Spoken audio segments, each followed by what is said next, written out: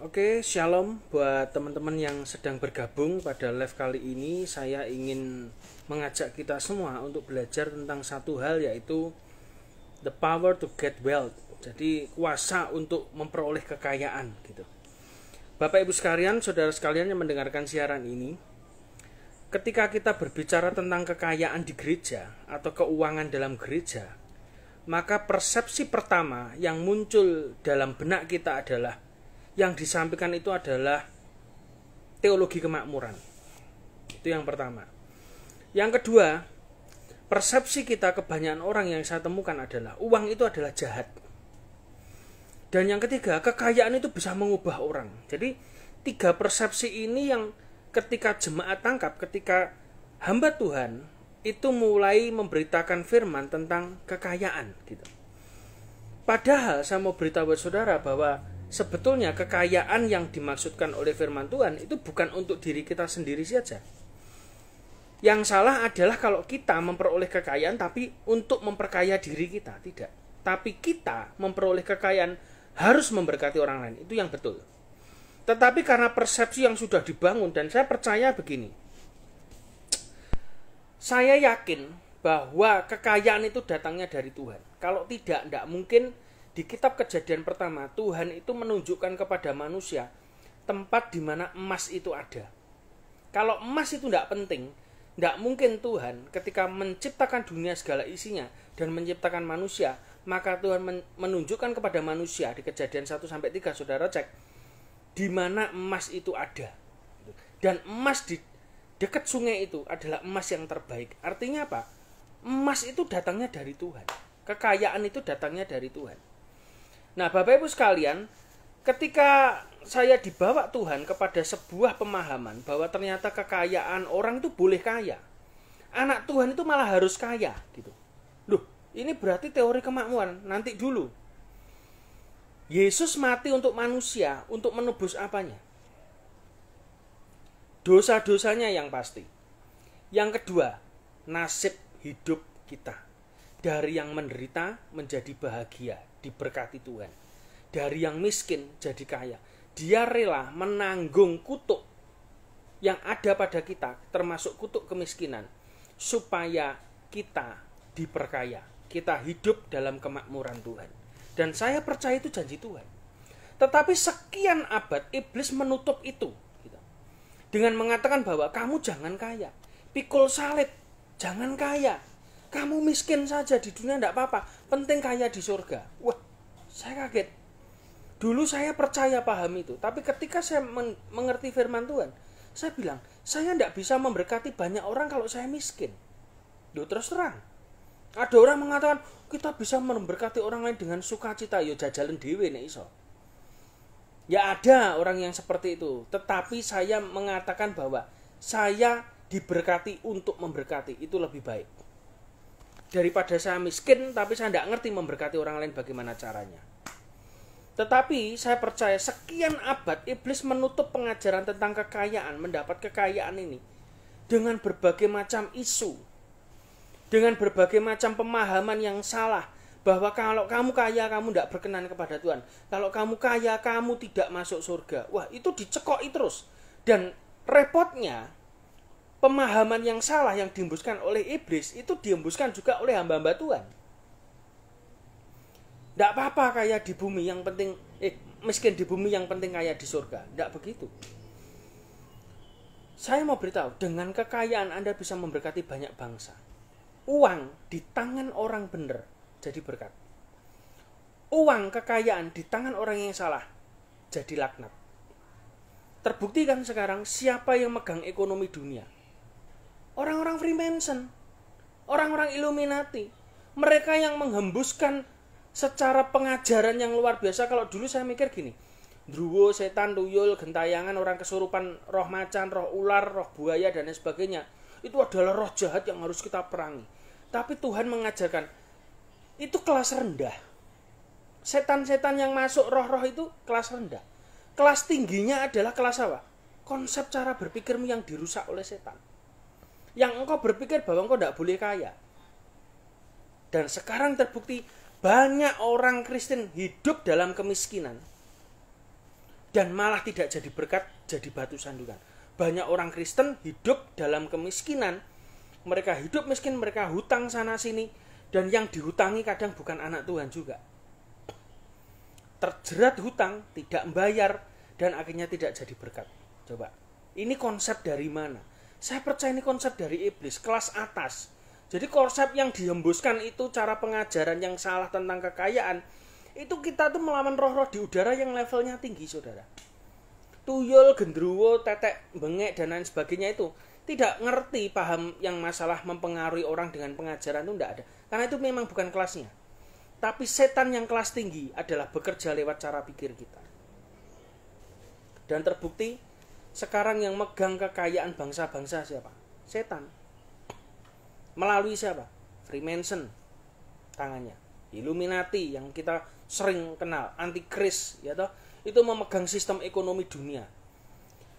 Itu yang salah. Harusnya yang pegang tuh anak Tuhan. Konsep awal Tuhan menciptakan manusia adalah berkuasalah. Ya toh? Taklukkanlah bumi. Itu perintah Tuhan. Tuhan itu menciptakan kita itu bukan kita ini diperintah oleh uang, diperintah oleh kekayaan, tidak. Kita yang memerintah kekayaan. Jadilah seperti Yusuf di Alkitab, mengelola kekayaan untuk jadi berkat pada bangsa-bangsa. Jadi sekarang coba rubah konsep berpikir. Kalau saudara anak Tuhan, saudara pasti kaya. Saudara pasti kaya. Diberkati Tuhan. Bisa jadi berkat buat banyak orang. Masalah saudara mempersepsikan macam-macam kayanya itu kan relatif. Saya percaya kaya itu relatif lah. Tapi miskin itu pasti masalahnya. Itu. Ya toh? Kalau kaya itu bisalah kita ngomong kaya hati, kaya kemurahan hati lah. Kemurahan hati terus yang dibagikan apa kalau tidak punya kekayaan? Gitu. Bagaimana Anda bisa menjawab problem kemiskinan di masyarakat sekitar kalau engkau tidak diberkati Tuhan? Engkau bisa beri beras, engkau bisa beri mereka uang, mereka bisa beri pekerjaan. Karena apa? Karena engkau diberkati lebih dahulu. Itu prosesnya. Dan tidak salah dan memang harus begitu. Tapi setan telah mengubah kita dengan pengajar-pengajar yang lain mengatakan bahwa jangan kaya, nanti kamu tidak masuk surga. Dan biasanya pendeta-pendeta ini pakai ayat Lazarus yang miskin dan perbandingannya orang kaya yang tidak masuk surga. Betul kan? Tapi jangan lupa di perikop itu tidak dua orang yang disebutkan. Ada orang ketiga, kaya raya, masuk surga. Namanya siapa? Abraham. Yo, ternyata kita salah selama ini, ditipu setan. Setan kelas tinggi itu yang nipu kita. Paradigma itu kerjaan setan kelas tinggi yang controlling kita loh, mindset kita. Sehingga kita ini tidak dibuka langit di atas kita. Itu karena apa? Karena pekerjaan setan. Itu setan kelas tinggi. Tapi kalau setan kelas rendah itu tidak usah mbok apa-apain, sudah acukan aja, mereka nanti sudah gelimpangan karpe dewe kok. Kenapa? Itu bukan kelas kita. Tapi kelas saudara adalah memerintah, berkuasa bersama dengan Tuhan. Nah, saya akan tunjukkan tema kali ini adalah power to get wealth. Buka dulu Ulangan 8 ayat yang ke 17 sampai 18. Maka janganlah kau katakan dalam hatimu, kekuasaanku dan kekuatan tanganku lah yang membuat aku memperoleh kekayaan. Jadi ayat 17 ini dengan jelas Tuhan mengajarkan kepada kita, jangan sombong. Oke? Engkau kaya, tapi hatimu jangan tinggi. Rekeningmu boleh tinggi, kekayaanmu boleh tinggi, asetmu boleh tinggi nilainya. Tapi hatimu jangan ikut tinggi. Karena engkau harus sadar bahwa bukan kekuatan kita yang memperoleh kekayaan, bukan kepandaian kita. Saya yakin kok. Bukan karena kepandaian kita, bukan karena hebatnya kita, enggak. Kita ini cuma manusia biasa. Kita ini seperti wayang yang kalau tidak digerakkan oleh tangan Tuhan, kita tidak akan punya peran apa-apa dalam dunia ini. Percayalah. Jadi hal pertama adalah sebelum engkau memperoleh kekayaan bangsa-bangsa, satu hal yang firman Tuhan katakan, sadaro, ilingo, ingatlah bahwa bukan kamu yang punya kekuatan untuk memperoleh kekayaan itu.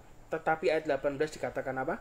Tetapi haruslah engkau ingat kepada Tuhan Allahmu, sebab Dialah yang memberikan kepadamu kekuatan untuk memperoleh kekayaan.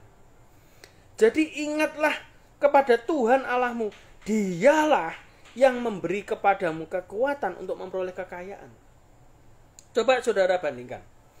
Orang yang tidak punya kerendahan hati dan tinggi hati, ketika dia terima kekayaan dari Tuhan, tidak siap, tidak punya kekuatan untuk mengelola, maka yang terjadi adalah seperti yang dikhotbahkan oleh beberapa hamba Tuhan, yang mengatakan bahwa mereka jatuh dalam dosa, mereka jatuh dalam perzinahan, pesta seks, dan lain sebagainya, mabuk-mabukan, minum-minuman. Karena apa? Diberkati Tuhan dengan cara cepat. Karena itu telah membuktikan ayat ini betul. Bukan berarti kita tidak boleh kaya dan tiba-tiba kita pobi kalau kita dijadikan Tuhan kaya untuk menjadi berkat. Tidak. Tapi harusnya kita punya cara berpikir yang benar. Itu merupakan satu contoh orang yang tidak kuat kaya. Kenapa tidak kuat kaya? Karena dia merasa bahwa dia kaya karena kekuatannya sendiri. Karena kepandaiannya dalam hal marketing, kepandaiannya dalam melobi para customer dan lain sebagainya. Dia merasa bahwa dia itu bisa gitu. Salah. Beberapa waktu yang lalu ada beberapa teman yang nawari saya trading dengan alasan ini loh duitnya cepet. 1 bulan itu loh kita cuman bisa dapat 10% gitu. Daripada kamu jaga toko elektronik sama kafe yang ndak rame, duitmu ndak ngumpul-ngumpul begitu. Dan duitmu juga ndak kerja sama kamu kan gitu. Apalagi tempatmu di Caruban, kota kecil, daya belinya masyarakat juga tidak terlalu tinggi. Saya mengatakan kepada orang itu, yang menentukan berkat Tuhan, yang dinamakan berkat Tuhan dalam hidup saya, itu bukan gaji saya, bukan income saya, bukan omset saya, bukan tempat di mana saya ditempatkan Tuhan, atau di kota mana saya ditempatkan Tuhan, atau bisnis apa yang saya jalankan. Saya punya konsep jelas dari ayat 18. Bukan karena itu semua. Yang menentukan berkat Tuhan adalah dari Tuhan. Saya meyakini itu. Saya meyakini banget ayat ini. Bahwa bukan karena kekuatan kita, kepandaian kita. Saya percaya saya ini orang goblok. Banyak orang yang lebih pandai dalam bisnis elektronik. Banyak orang yang lebih hebat dalam bisnis kuliner yang membuat kafenya ramai setiap hari. Tapi saya senang. Saya bangga. Kenapa? Karena saya tahu saya diberkati Tuhan. Bukan karena saya pandai. Tapi karena saya hanya nurut. Saya tidak ngerti apa-apa. Saya diperintah Tuhan lakukan ini, saya lakukan. Diperintah Tuhan lakukan ini. Ya dengan ketaatan saja. Karena saya tahu saya cuma pengelola. Kalaupun saya diizinkan Tuhan hidup sampai sekarang, itu ya karena berkat Tuhan. Bukan karena kekuatan, bukan karena kepandaian, bukan karena punya koneksi yang banyak, teman-teman yang banyak, enggak. Sampai hari ini yang nolong saya malah bukan teman-teman saya. Malah orang-orang yang di luar saya, yang dipakai Tuhan untuk nolong hidup saya. Memberkati saya. Membuka peluang-peluang baru dalam hidup saya. Itu Tuhan pakai semua. Dan saya meyakini ayat 18, bahwa dialah yang memberikan kepadamu kekuatan untuk memperoleh kekayaan. Tapi ada ayat berikutnya loh saudara. Dengan maksud meneguhkan perjanjian yang diikrarkannya dengan sumpah kepada nenek moyang seperti sekarang. Sumpah kepada siapa? Abraham, Ishak, Yakub. Nenek moyang kita inilah yang terima janji Tuhan, bukan kita. Mereka yang mendapatkan janji keturunanmu seperti pasir di laut, seperti bintang di atas langit. Dan engkau akan diberkati luar biasa. Karena kehadiranmu lah semua bangsa mendapat berkat. Itu janji Abraham. Itu yang saya pegang sampai hari ini. Saya percaya bahwa kita kaya, kita diberkati sampai sekarang ini. Bukan karena kekuatan kita. Beberapa waktu lalu bulan Mei saya tiba-tiba mendapatkan rumah baru yang dibelikan oleh saudara saya. Dan itu bukan hasil keringat saya tidak pernah keluar duit sepeser pun. Tiba-tiba saja rumahnya jadi, lalu saya diundang untuk penyerahan kunci langsung. Dan hari itu merupakan menjadi tanda buat saya bahwa satu hal. Tuhan sedang membuka gate of supranatural. Tuhan sudah bicara sejak bulan Juni bahwa akan ada gate of supranatural yang dibuka oleh Tuhan. Saudara percaya atau tidak terserah, tapi saya meyakini itu. Dan ketika beberapa waktu lalu saya saya ikut ibadah di Yogyakarta bersama teman-teman Kingdom Family. Ketika ibadah, hari pertama saya tidak dapat apa-apa. Hari kedua saya tidak dapat apa-apa. Rasanya saya tidak ngerti gitu loh. Yang dilakukan orang-orang ini apa sih? Tapi hari ketiga, yang membuat saya mendapatkan berkat adalah bukan orang-orang yang tampil-tampil di mimbar ngapa-ngapain itu tidak ngerti saya. Tapi yang membuat saya kagum dengan Tuhan adalah di menit terakhir sebelum ibadah itu berakhir, saya mendengar Tuhan dalam hati saya berkata, emasmu sangat banyak. Kaget saya. Emasku, aku tidak punya duit Tuhan. Tapi Tuhan ngomong lagi, emasmu sangat banyak. Waduh, saya mikir, bulan Juni pertengahan Tuhan bilang, aku akan buka gate of supranatural dalam hidupmu. Engkau tidak lagi kerja dengan cara yang lama. Kerjamu, bisnismu jalan tetap seperti biasa. Tetapi berkat yang datang itu merupakan berkat yang luar biasa, yang belum pernah dipikirkan orang sebelumnya. Dan itu yang saya pegang. Dan kemarin bulan Juli, tanggal 1 Juli tepat, ketika pembukaan bulan yang baru, ketika saya ibadah di Jogja, saya mendengar Tuhan bicara, emasmu sangat banyak. Saya pegang janji Tuhan. Dan Tuhan berkata, emas dan perak itu punya aku. Dan emasmu sangat banyak. Wah, berarti saya mikir gini, berarti pasti ya setelah ini saya diberkati Tuhan. Tapi tujuannya cuma satu, untuk meneguhkan perjanjian, untuk jadi berkat. Saya ngomong sama istri saya, mulai sekarang kita tidak boleh pelit. Kalau engkau pengen dibuat kaya oleh Tuhan, sederhana, tabur terus. Nah saudara, dan ketika itu ada kesaksian hari ini tadi pagi, karena hari Minggu biasanya kita memang sejak bulan Januari 2022 Tuhan suruh toko kita untuk tutup Sabat. Dan saya iseng-iseng, saya ingat pesan Tuhan yang kemarin malam tanggal 1 itu, hari Jumat kalau tidak salah, Tuhan ngomong emasmu sangat banyak lah. Hari Minggu ini iseng-iseng saya tiba-tiba diingatkan Tuhan, doanya dirubah. Tidak usah minta diberkati ini, tidak usah, gampang. Doanya gimana? Tuhan, kerikilnya di surga tendangan sedikit. Aku minta kerikil di surga tendangan turun ke bumi, ya toh? Karena Alkitab berkata, jadilah padaku sesuai dengan kehendakmu. Kerajaanmu datanglah di bumi seperti di surga. Jadi tugas saya, tugas saudara, menghadirkan kerajaan surga di bumi seperti di surga. Kalau kerikilnya emas di surga ditendang di bumi, jadi kekayaan. Dan tadi pagi waktu saya mau khotbah di gereja Betani, saya diberi firman Tuhan, ayo ngomong doa pagi ini. Dicoba, saya bilang, saya doa di toko saya, Tuhan hari ini kerikilmu tendangan, aku minta kerikilmu. Saudara tahu yang terjadi? Tiba-tiba ada WA masuk, ada Kapolres di Kota Madiun, tiba-tiba tuh order pagi-pagi minta dikirim sekarang untuk hadiah lomba burung. Borong hadiah. Ya kulkas, ya mesin cuci, dispenser, kompor, kipas, setrika, macam-macam.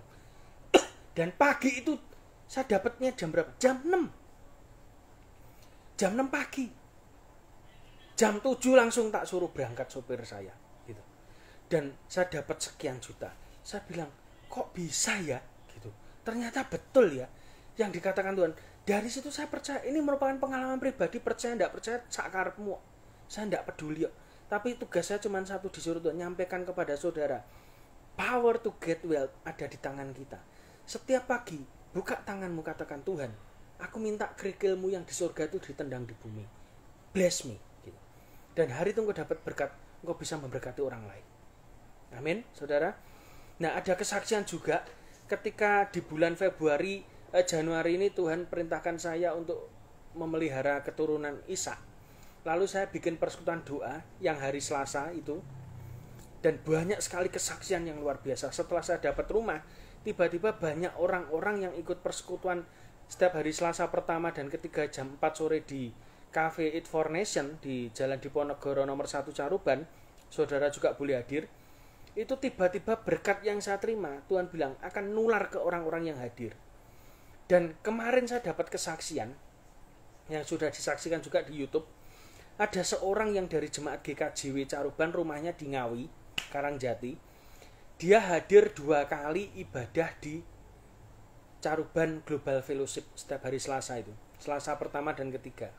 Baru 2 kali. Ketika kali kedua, Saya bersaksi tentang bagaimana Tuhan memberkati saya dapat rumah.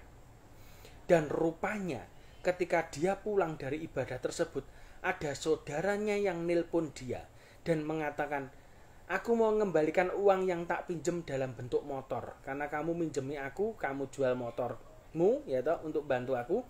Sekarang aku balikkan juga motor. Nah, jemaat yang hadir itu berpikir bahwa saudaranya yang dulu minjem duit sudah sekian bulan itu, dia pikir mengembalikan motor bekas karena dulu dia jual motor Vario bekas, laku 10 juta, duitnya ditabur untuk saudaranya ini. Ternyata saudara, bukan bekas. Saudaranya jemaat ini yang minjem duit 10 juta, dia ingin mengembalikan motor baru. Dan pulang ibadah dia ditelepon oleh saudaranya, besok yuk kita ke dealer motor baru. Dia datang ke sana, dia disuruh milih sesukanya. Dan ternyata dia milih NMAX terbaru warna merah. Dan hari itu luar biasa, dia nabur 10 juta, dia dikembalikan 30 juta nilainya. Motor bekas loh saudara.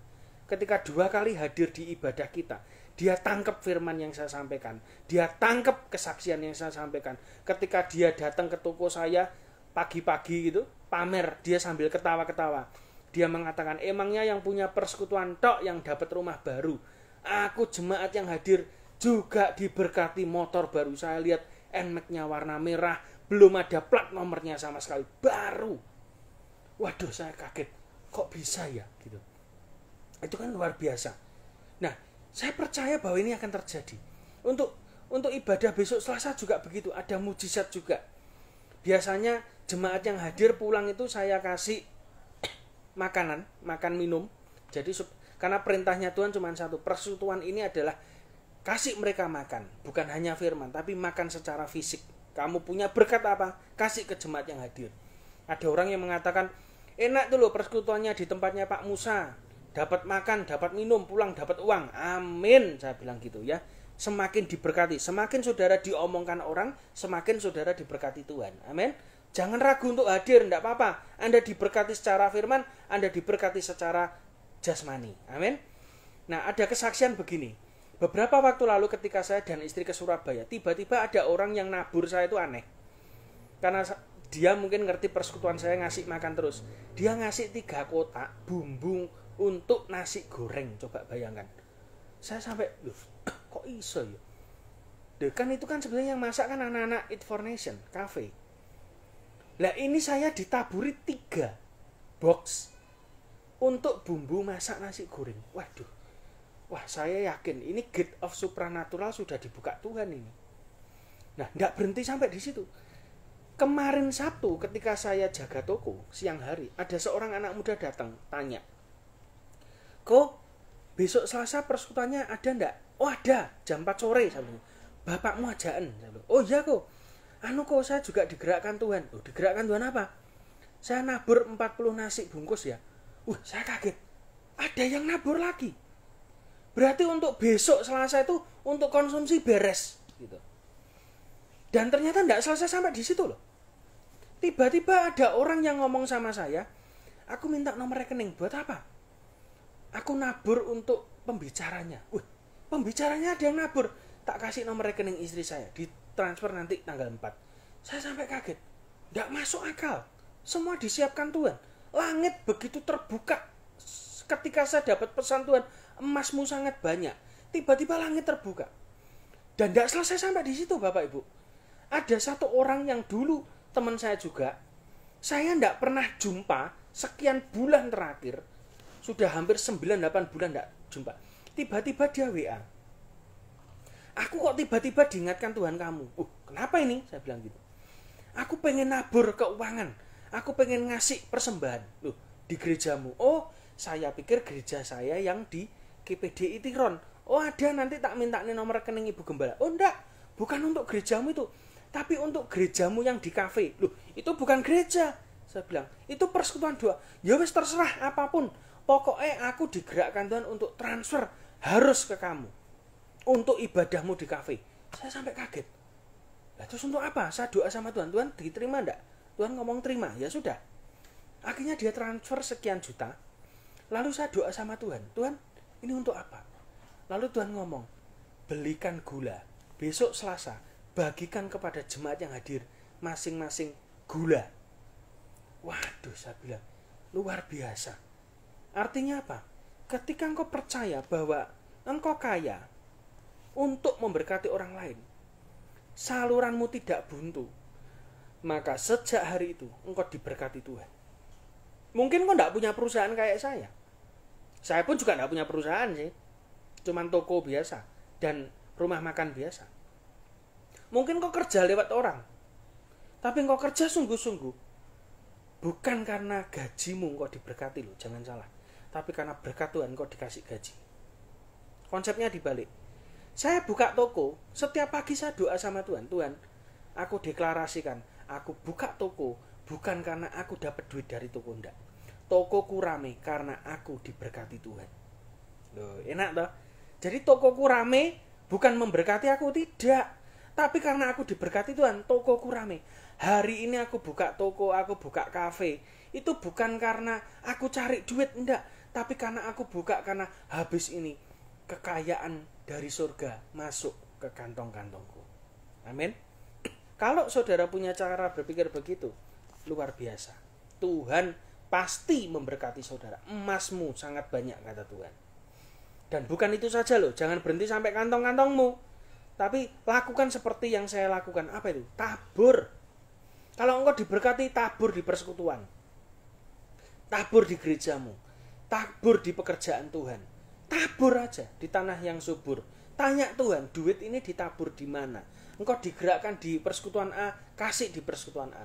Engkau digerakkan untuk kasih ke gembalamu, kasih ke gembalamu.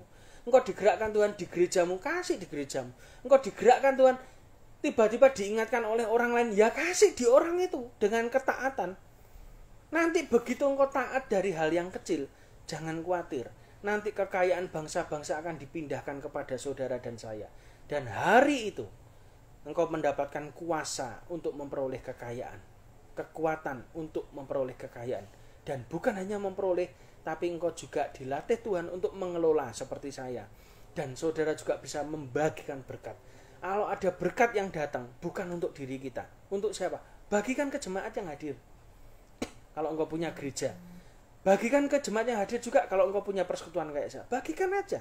Itu bukan hakmu kok. Itu hak orang-orang yang ikut kita. Karena mereka lihat ada Tuhan di persekutuan kita. Ada Tuhan di gereja kita.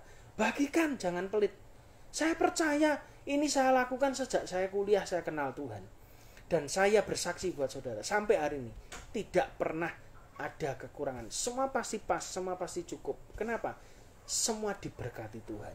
Jadi mulai hari ini belajar yuk kita sama-sama untuk belajar menerima kekayaan Tuhan, mengelola. Jadi tiap pagi doanya kayak saya, Tuhan, kerikilnya di surga tendangan ke bumi gitu. Tiap pagi, maka engkau akan diberkati Tuhan.